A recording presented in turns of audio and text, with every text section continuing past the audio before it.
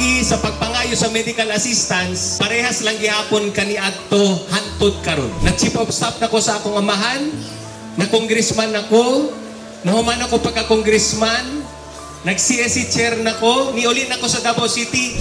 Ang pamaagi parehas lang gihapon. Years na, pila na katuig, pila na kadekada, ang pamaagi parehas lang gihapon. Unsay pamaagi? Mangayo usa ka og endorsement. Pagkahuman adto ka og line office. Pagkahuman dito ka na mapagtuon sa cashier sa ospital. Pero ang problema, pag-abot sa cashier, kung kulang ang requisitos, balik na pod ka og unya musulay di ay ta og mas paspas na pamaagi. Sugot mo ana. Mas gusto ninyo mas paspas kana walay daghang requisitos, daghang opisinang atuan.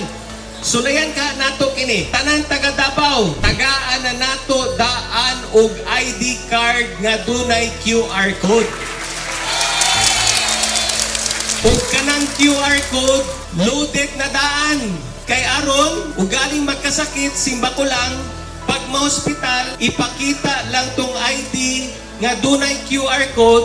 Pag-scan sa QR code, automatic menos na to sa billing nimo sa hospital. Para walay daghang opisinang atuan pa.